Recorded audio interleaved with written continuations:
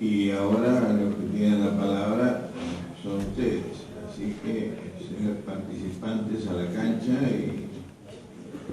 Bueno, en realidad no veo mucho empezamos por levantar manos, ¿no? Veo dos nada más. Vamos a empezar por el fondo. Después vamos a ver por acá. Por favor, el nombre, apellido, institución y pregunta. Les ruego que las preguntas sean breves. Hola. Y sean preguntas. Sí, una pregunta. Mi nombre es Jorge Costales, soy del Ministerio Público de la Ciudad Autónoma de Buenos Aires. Mi pregunta es para el consultor Mora de Araujo. Tal vez no compartiendo un alto porcentaje de su definición de 150 años de que estamos peor, me parece que también es de un análisis corto de 150 años de historia, por supuesto, que podría ser mucho más largo de una investigación de Carwell. La Argentina hoy tiene, con respecto al tema del peso de su deuda, un 40% del PBI, dicho por muchos economistas oficialistas de oposición, donde el 20% de ese peso de la deuda también está dentro de bonos que está manejando el ANSES con respecto a los fondos de los jubilados. O sea que el peso de la deuda en los últimos años está mejor que en los 50, 60 años anteriores.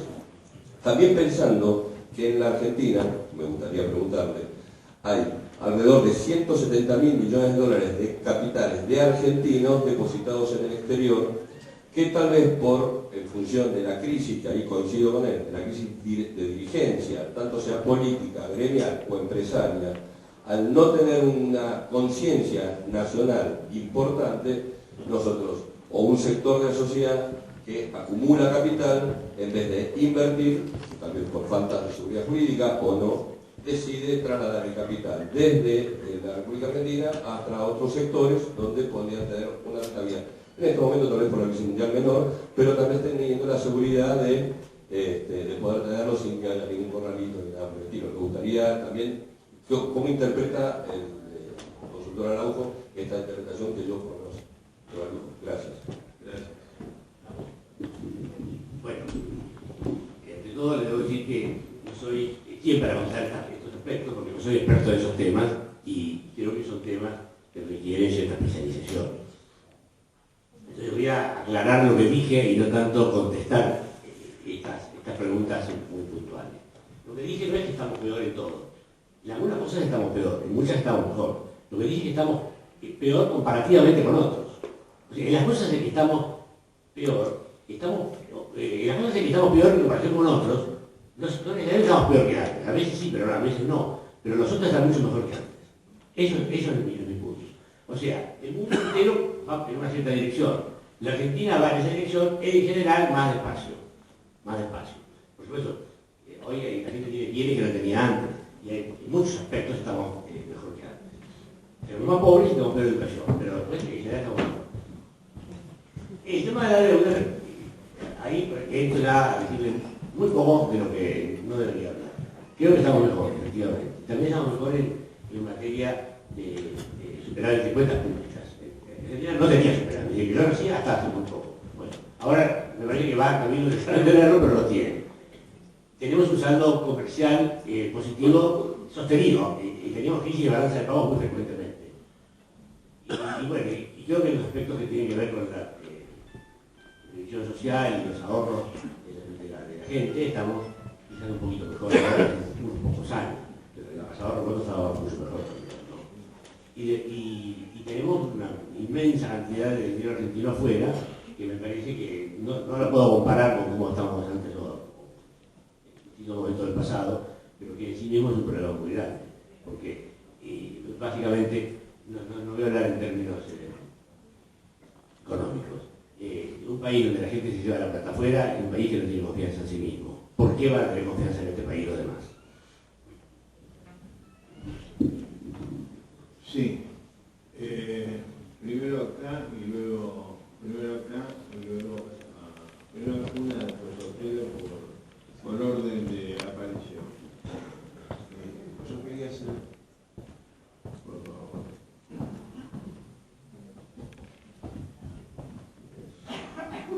Pregunta, después de los, Marcelo Acuña le hace, después de los números tan contundentes de Julio Aurelio, hacer una pregunta sobre el 2011, en cierta forma, una pregunta alejada de lo que sugieren esos números sería caer en la fantasía. De manera que a mí me gustaría hacer una pregunta no sobre el futuro inmediato, sino sobre el futuro mediato, que tiene que ver con lo siguiente. A mí me da la impresión de que este gobierno, por sus orígenes y por su condición, esta versión del peronismo, le tiene cierta aversión al sindicalismo. Lo necesita, pero le tiene cierta aversión. Y me da la sensación, por algunas cosas que están ocurriendo en los últimos meses, que hay una intención de prescindir en cierta forma de Moyano y de lo que todo significa, de lo que significa ese tipo de sindicalismo. La pregunta es, ¿cómo van a lograr hacerlo?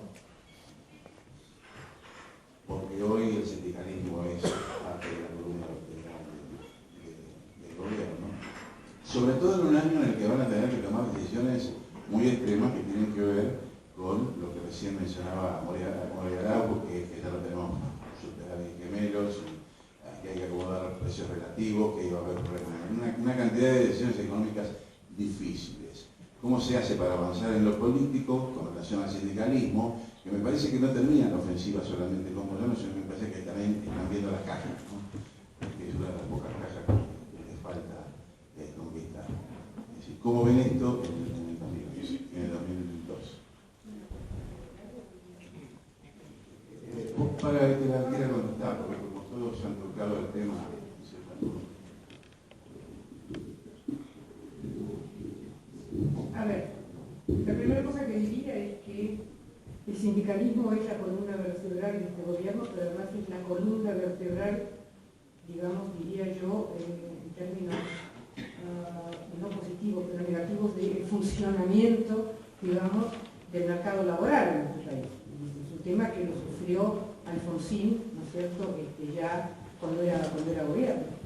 Mi impresión es efectivamente, no solamente el peronismo desde el punto de vista de la visión del electorado de clase media, antiabortos, sino que es anti-inversión, realmente que es un problema muy serio para el país. Yo no soy especialista en este tema, lo único que creo es que la forma de reubicar al sindicalismo en nuestro país, creo que es posible, solo y a condición de un gran acuerdo partidario que le dé sustento, digamos, a una estrategia de merma de poder del sindicalismo en el país. Esto no se resuelve, a mi modo de ver, simplemente con un acuerdo corporativo entre sindicatos y empresarios. Lo que se resuelve con un gran acuerdo partidario que reubique, digamos, al sindicalismo en su verdadero lugar y quitándole fundamentalmente el poder económico que el sindicalismo tiene.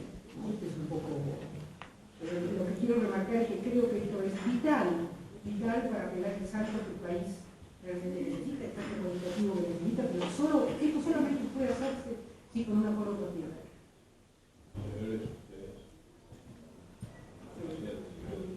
Obviamente, lo que diría es que el tema sindical siempre ha sido un tema complejo y que le ha costado mucho, ha tenido un costo político muy grande para muchos gobiernos. Antes nos referíamos al caso del gobierno de Alfonsín, cuando uno analiza la cantidad de cargos generales que tuvo que afrontar y los diferendos profundos con el sector sindical han sido parte de su desgaste político sin ninguna duda, a pesar de que había una intención de producir un cambio muy importante, había un proyecto de cambio, un ministro de Trabajo intentó llevarlo adelante, con Musi, si no recuerdo mal. Quiere decir que el tema del sindicalismo hay que incluirlo de alguna manera en la agenda de la organización política del futuro inmediato. Yo lo que creo es que hace falta ciertas condiciones que probablemente el gobierno del Frente para la Victoria, si tiene un éxito tan rotundo como el que estamos viendo en este momento, no nos olvidemos que faltan 6 meses para las elecciones, estamos viendo todavía un escenario que no es definitivamente el que se va a producir. Creo que el Frente para la Victoria es la única entidad política que tenemos que tenga capacidad, fuerza política futura y autoridad política como para ponerlo en un grupo sin obviarlo. O sea, para ponerle un marco, un margen de maniobra, porque yo diría que si uno analiza por el absurdo o al revés de la trama, es mucho más grave. Si hubiera una entidad política, porque de repente mañana se produce un acuerdo entre Alfonsín, Macri, Dualde, incluso, no creo que Pino Solana, pero bueno, todos los sectores que representan de alguna forma una postura del radicalismo, por supuesto, de centro y centro-derecha, y algunos un poquito de centro-izquierda. Con este esquema de debilidad política no durarían absolutamente nada frente al poder sindical. Quiere decir que el sindicalismo es mejor tener la capacidad real de poder encauzarlo, yo no digo controlarlo, soy más cuidadoso, digo de encauzarlo, impedir que sea un poder dominante que se proponga objetivos que no le corresponden. Si no se tiene capacidad política para eso, como ocurrió en España cuando Felipe González encara esta solución, digamos, lo que él llevó adelante no lo podría haber llevado Fraga, sin ninguna duda, aunque hubiera tenido un consenso político. Llegar a un gran acuerdo entre el poder sindical, el poder político y el poder social es una asignatura pendiente, pero creo que así todo es más probable que tenga una capacidad de control, con un régimen que tenga autoridad, poder y cierta homogeneidad de criterio, o sea, que no estén en una contraposición, digamos, de objetivos fundamentales. Si no se consigue en ese nivel, no se va a conseguir en ninguno. Solamente quiero aclarar que cuando hablé de acuerdo partidario, hablé de un acuerdo partidario que obligatoriamente tiene que incorporar al peronismo. Pero es un acuerdo partidario que debería, justamente, de no producirse este acuerdo partidario y aceptando realmente la legitimidad mayor que tendría el peronismo realmente para este acuerdo, para sostener este acuerdo, sino quedaríamos entrampados permanentemente. Yo creo que el peronismo efectivamente se puede convertirse en un partido hegemónico en la medida que no se rompa esa titularidad, digamos, esa presencia casi única, digamos, del peronismo como interlocutor del sindicalismo. Por eso insisto que este acuerdo, pues si no es muy claro, el acuerdo tiene que incorporar necesariamente el peronismo, pero no dejarlo extensamente. Bueno, este tipo de sindicalismo es un problema para todo gobierno. Es así. Le complica la gestión, le complica muchos frentes y creo que para el próximo gobierno kirchnerista se gana la presidencia va a ser también. Y además tiene mala imagen en la sociedad, en la población, por lo cual ni siquiera suma votos. Ahora, es cierto que este tipo de sindicalismo, el sindicalismo organizado, ha sido bastante inherente al peronismo de su origen, pero por una diferencia entre los orígenes y ahora. En los orígenes representaba a la principal base de votos que tenía el peronismo, por lo menos una principal, que era el voto de los obreros urbanos. Ahora no representa a la principal base del voto, que es el voto pobre. Entonces, además, es un problema gratuito, pero que es muy difícil de manejar. Entonces, la manera de manejarlo, efectivamente, cada uno se imaginará lo que se requiere, pero no es nada sencillo. O hay mucha voluntad política de ir a enfrentarlo y lograr el apoyo de la sociedad, caso Felipe González, caso emblemático Margaret Thatcher. Bueno, también la historia de Inglaterra en un aspecto por lo menos, pero hay que tener la fuerza y la voluntad de hacer eso. O hay que ir gradualmente. En realidad, un buen ejemplo, porque uno podría, hay más ejemplos, pero el muy interesante y poco analizado es Estados Unidos, donde tiene un sindicalismo muy parecido a este, también muy poco representativo de sectores del trabajo, de la sociedad, muy complicado de manejar, porque tenía estilo